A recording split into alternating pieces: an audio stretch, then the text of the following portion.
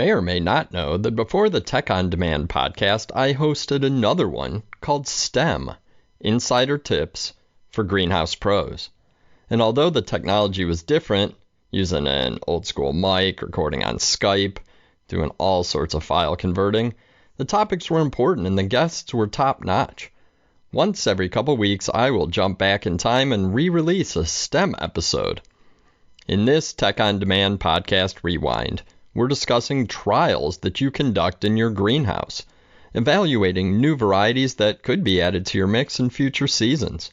My guest is Jason Twaddell, a ball seed sales representative with a ton of industry experience. Jason spent 13 years in greenhouse production with 3 different growers producing spring bedding and seasonal crops, specializing in vegetative propagation and all aspects of managing greenhouse production. Then he moved to the technical support side of the business for a few years before becoming sales and marketing manager with Ball Floroplant and Selecta One, companies that sit on the cutting edge of new genetics in the vegetative world. For the past few years, he's been a ball seed sales rep in Ohio.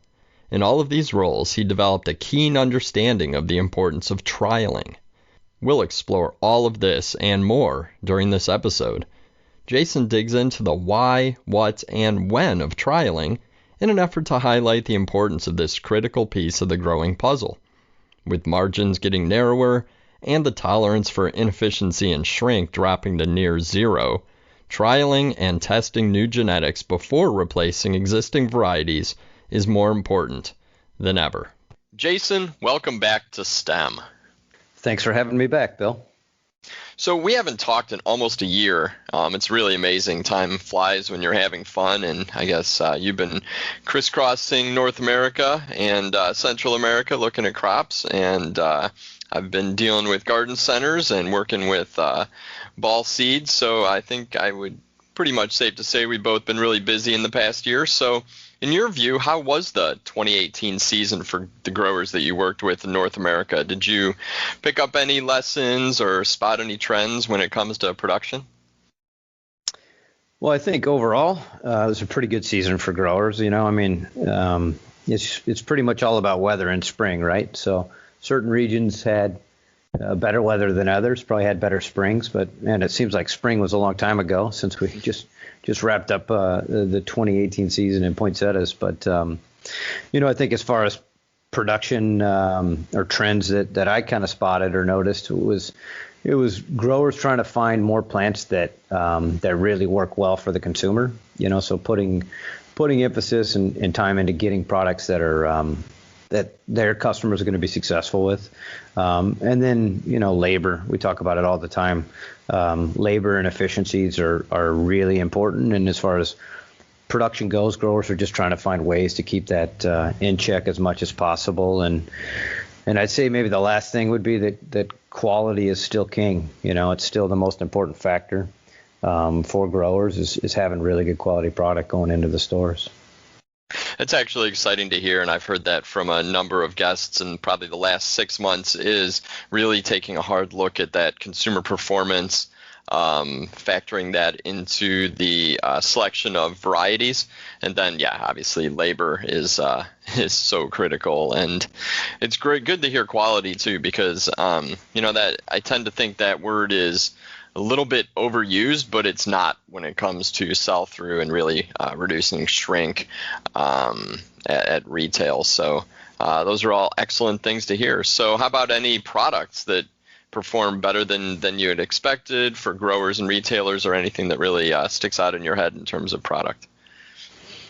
Well, I would say that as far as product assortment, it's still really strong in combos and mixes and sort of that do it for me decoration type of product where, whether it's hanging baskets or mixed containers, that's still, I think we're still shifting that direction. Less and less people are actually out in the garden digging and planting stuff. And for us, Calibracoa is still huge. It's still the single biggest genus that we have, as far as vegetative annuals go. And then, I think what I mentioned before, that, we're seeing a bit of a shift towards stuff that growers and consumers know work, right? Whether that's, something like Angelonia or Lantana or Coleus, or Sun Patience, things that consumers know that they're able to be successful with, even, in the heat of summer, working all the way through the year and getting all the way to frost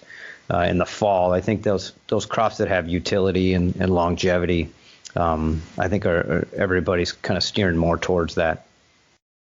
That makes sense. And you talked a little bit about the combos and mixes and that do it for me. Do you think, is this impacting breeding too? Going back to the breeding level, are breeders and product development companies, I guess, creating or looking for products to fill these different formats? They are. I think it's important that the product works for the grower, right? We put a lot of emphasis towards trialing for that, making sure it works in the greenhouse. But we put a ton of effort at Ball Floor Plant and Selected making sure the product's going to work for the consumer once they get it home. So you have to combine both of those, I think, in product development and trialing. If you don't, then you're only solving for one part of the supply chain. No, I guess, that makes a lot of sense. And you actually provided a perfect segue in talking about trialing for the performance in these different configurations. So let's move on to trialing, since that really is the crux of our conversation today. So in your travels and experience, are you seeing effective trials taking place at greenhouses these days? I'm going to guess this probably isn't a yes or no question. There's probably a range, but have you seen greenhouse trials getting better over the last decade? How are growers doing in terms of trialing plants before they make changes to their assortment? I would say that growers are they're putting more emphasis on trialing, I think, for sure. It used to be trialing was primarily focused around what's new. Let's trial the new varieties for this year. I think you're seeing more of an emphasis on trialing to solve problems with labor issues, cost savings, efficiencies that way, trying to find ways to, increase profit margin through trialing in your production processes. But then also, the variety selection process of, do I need a better yellow marigold? And if so, trialing, different options out there to try to solve that problem. So I would say growers are getting better at it, over the last few years, but it's still something I think we can all put even more emphasis on. Perfect, and that's definitely why I wanted to get you on STEM, was to talk a little bit about that emphasis and some of your ideas and tips for growers as they look to either enhance or implement a trialing process. So you touched on a little bit trialing to solve problems in various different ways, and not just trialing the brand new varieties. But why should growers trial plants beyond just the obvious goals of learning more before they shift, large amounts of their production to something brand new or to a crop that's new to them? Well, I think all trialing. At the end of the day, we're all in the manufacturing process, right? All growers are manufacturing a product, and I think it's really important to emphasize continuous improvement every year, trying to get a little bit better than you were the year before. And trialing really comes down to trying to solve a problem. What didn't go well, or what do I want to improve upon from the previous year, and so I think for growers, before they move big amounts of production to something new, whether it's a new process or a new chemical that they want to use for something, or a new variety, then it's really important to, something we talk about at Ball is walk, crawl, run. I should say crawl, walk, run. Got those mixed up. But if you start off with a small piece, trialing just a little bit, and then implement that in a bigger way before fully implementing a trial, I think that's the right way to do it in order to help you improve your processes or your product assortment. So you talk about kind of an incremental improvements from year to year in terms of, thinking of it in manufacturing terms. What are some of the things that you trial to improve? You talked about maybe chemicals or new varieties, but when you talk to growers, what are some of the most common, challenges they're trying to improve on year to year?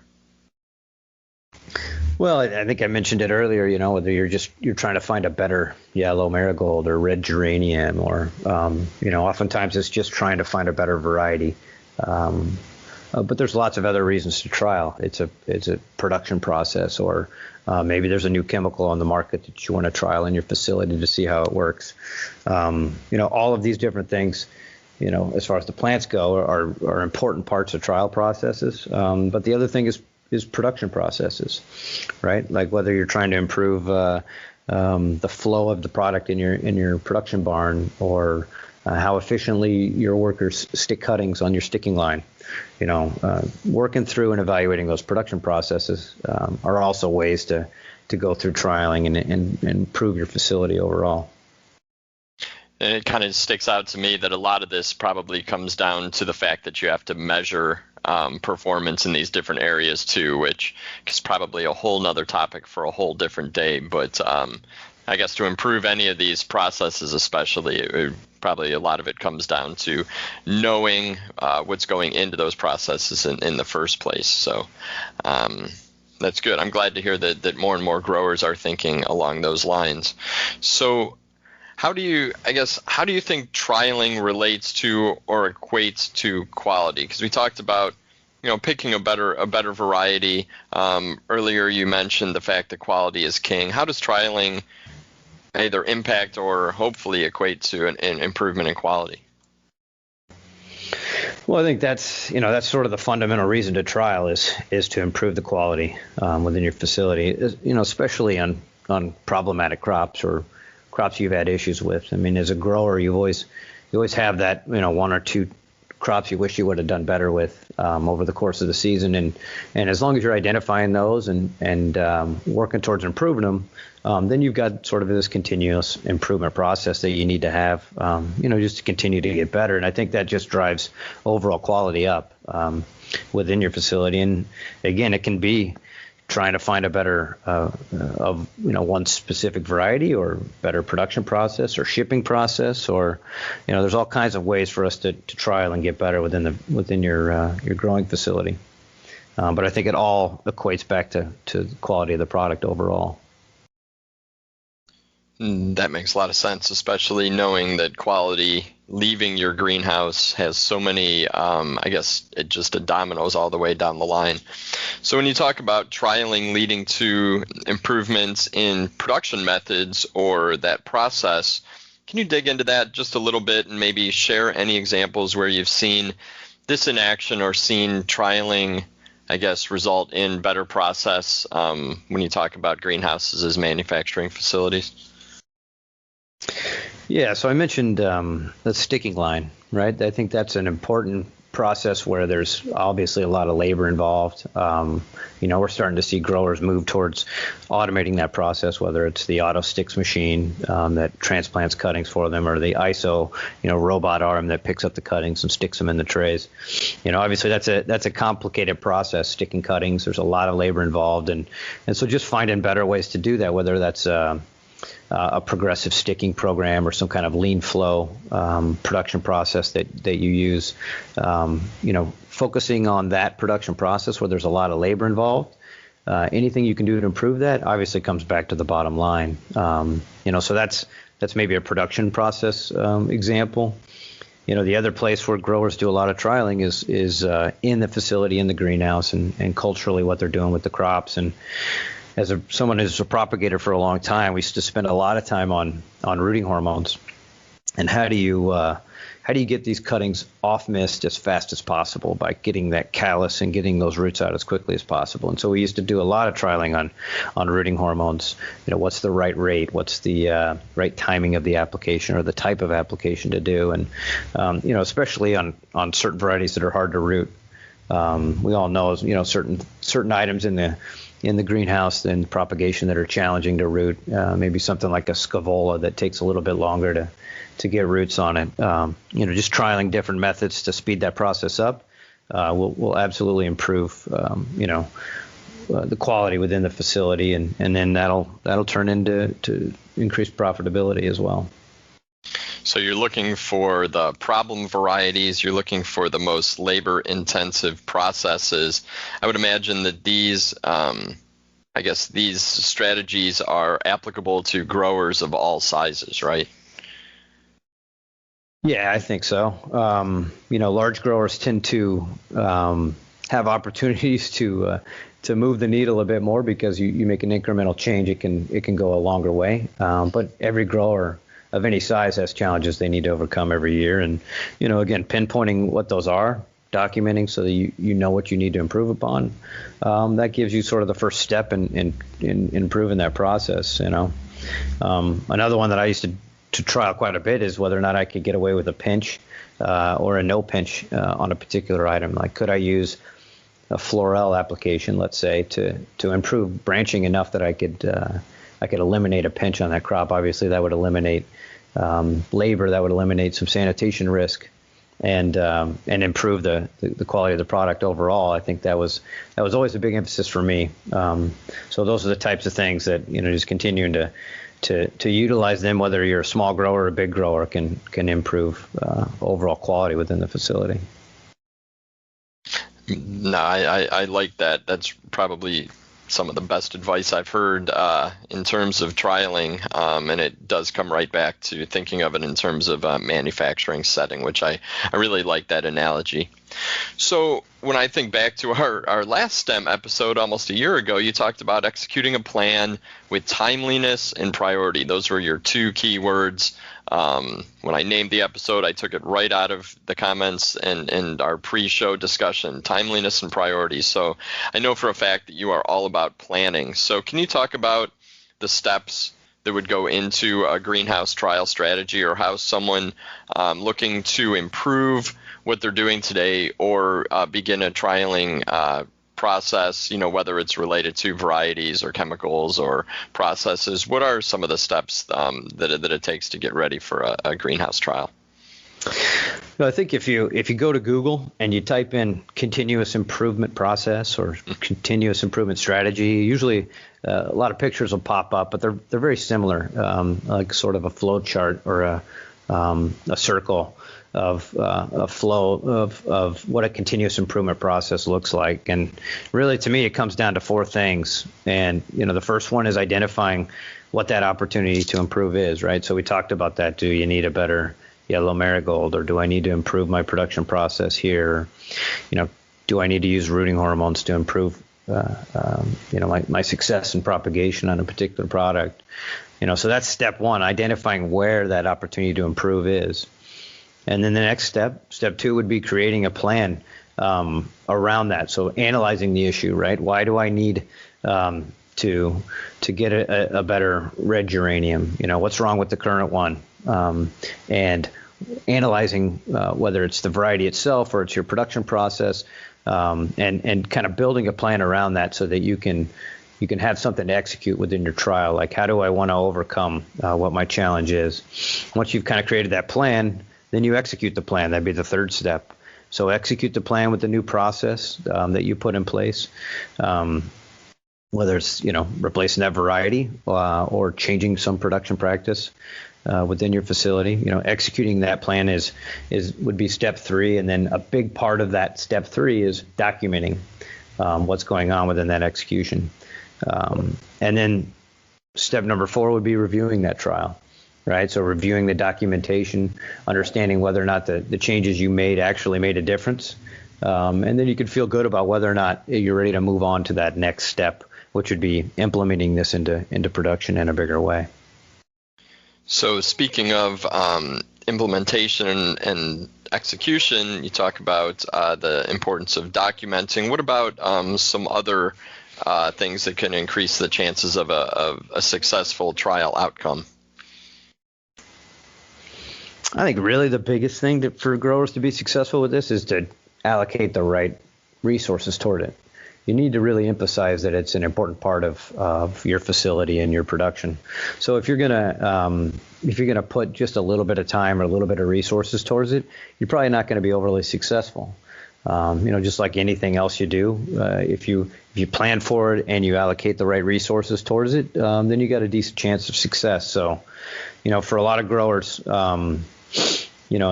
finding someone within your facility that is going to be your trial manager, I think that's a really good way to ensure or increase the chances of success with the trial. Somebody needs to own that trial. And, we see go around and visit growers. Some of our biggest growers might have an R&D department, and they might have a research and development R&D director, someone who that their entire 100% of their time is focused towards trialing and research and development. And smaller facilities might have, one of their growers or assistant growers that actually does the trialing part of things too. But regardless of the size or what you put towards it, you do need to have somebody that owns that trial and really allocate, that sort of human resource towards trialing. And then the second part of that, I think, would be making sure that person that is in charge of those trials has the necessary resources to be successful with it. So whether that's space within the greenhouse, they've got the time they need to do it. They're not bogged down by too many other jobs. They actually have the time to commit to executing and documenting trials. And then maybe they need some additional help, different employees to help them to execute that trial. And so I think those are really the two biggest things to increase your chances of a successful trial. It's making sure somebody owns that trial, somebody's really in charge of it and responsible for it, and that person has the right resources to succeed. No, that's really, really good advice. I think that any strategy like that with a strong champion who has the backing of management has a much more likely chance of a successful outcome. So once the trial's concluded, you talked a little bit about the importance of review, which can sound easy, but I would imagine it's actually not, and probably even more critical than we're letting on here. So how do growers use the information or the data that they collect to benefit the decision-making and production plans in the future when it comes to the conclusion of the trial and potentially that review process?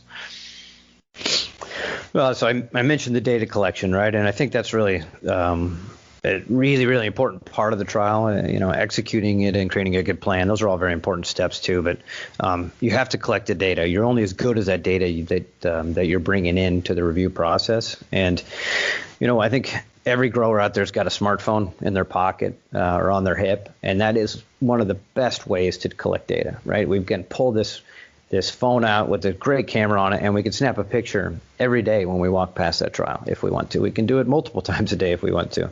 We have incredible technology to be able to document to our trials, and I think that's something that can't be lost on trying to to be able to evaluate how successful the trial was and whether or not it's going to impact your future production plans. It's so important that the data collection is done right. And I talked a little bit about crawl, walk, run. I think that's a really good strategy as far as the actual future implementation of it. As you get that data collected and you feel comfortable that the trial was a success, maybe you go from 100 pots in the initial trial to 1,000 pots in the next set of the trial. And once you feel very comfortable with that, you move that to 100% of your production, for that particular item, let's say. So I think that documentation is absolutely critical. And then, setting aside the time to actually review that information that you've collected. And one thing that, I don't think I mentioned was, you have to do trials at the right time to really get the most out of them. And it's really hard when you're very busy in the spring to try to implement and execute a trial because, you're running around like crazy. You're incredibly busy. You're working all the time. The facility's completely full of production. You have to carve out a little bit of space for those trials, and you have to do them in season if you want them to be successful, because it's really hard to evaluate how well a product's going to do in spring when you're doing the trial in the fall. So I think it's important that timing of the trial is also, I think, very important. And I've gone into a lot of greenhouses with sales and technical reps, and that trial is sometimes lost in the back corner, or, hey, come look at the trial. Ooh, I forget where it is, or that space was just taken. So I think that comes back to allocating the resources of a person and the resources within the greenhouse to really give priority to that trial. So good advice, especially with the timing. I think that if you're really going to make a concerted effort to have a strong trialing strategy, you really need to get those resources allocated correctly. So Before we wrap up here, what have we missed? Like, do you have any last ideas to help listeners with plant trialing and selection? We've spent maybe 25 minutes talking about it. I know it's a big topic. What have we missed? Anything else you wanna share with the listeners before we wrap it up here?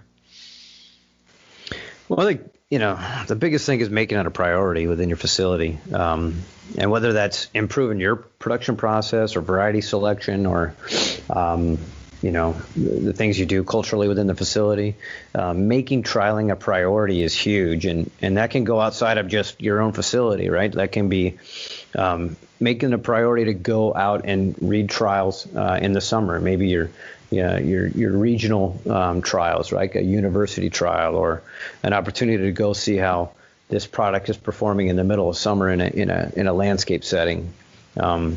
Making priorities for that kind of product performance, I think, is really important because we talked about it earlier. The products that are performing for the consumer at the end of the consumer that buys that product from retail, that's really, really important to bring that person back in to buy product again the next year. And so going out and reading those regional trials to see what works in your climate, in your region, I think is really important. Great advice. And there are many trials at many different locations. I'm sure everybody knows where some of them are in your region, but maybe it should be a goal this year to go out and really find all of them and see how many you or someone on your team can visit. So I know that Ball Floor Plant and Selecta conduct tons of trials, and you guys are really, really good about sharing your findings, whether it's through videos or cultural recommendations.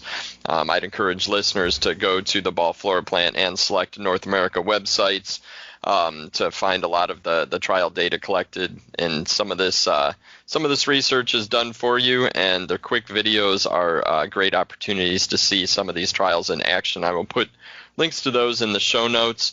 And Jason, if listeners want to talk to you or someone on your team about how to develop and implement a trial plans, somewhat like we've discussed during this podcast, what's the best way to get in touch? Well, if you go to our website, at the bottom there's a tab for Meet Your Sales Territory Manager. You can go in there and you can see which territory manager would be in your region. Their contact info's there. Reaching out to them is a good way to kind of get the ball rolling on building a trial if you need any help with that. But I'm, kind of go back to what you mentioned on our website as well. We talk a lot about our trialed and approved message, and it's really sort of at the backbone of Ball Floor Plant genetics, and our product assortment is an enormous amount of trialing that we do to make sure our product is checking all the boxes, whether that's for the grower or for the end user, the consumer, and really testing and trialing out that garden performance messaging. And you mentioned we've got videos, we've got different trials on there. Our website's got great cultural trials. Our technical team's done a lot of work to build our resources that way for the growers, for our customers. But Chris Carlson, which I think you've had on on your STEM Talks before, he does an awesome job with his trial peaks and his other BFP TV videos, where he'll video right there in the middle of a trial on a location and show how the product is performing in the landscape, and he'll make multiple visits. And so in the same video, you might see 2 or 3 months worth of the same bed of say petunias or something like that. So just utilizing those kind of resources, I think, helps build confidence in our product and helps our growers feel good about the stuff that they're bringing into their assortment. So I think that's the best way for us to help growers out on that. Building a trial plan like we talked about, and get in touch with us. We're happy to help in any way we can.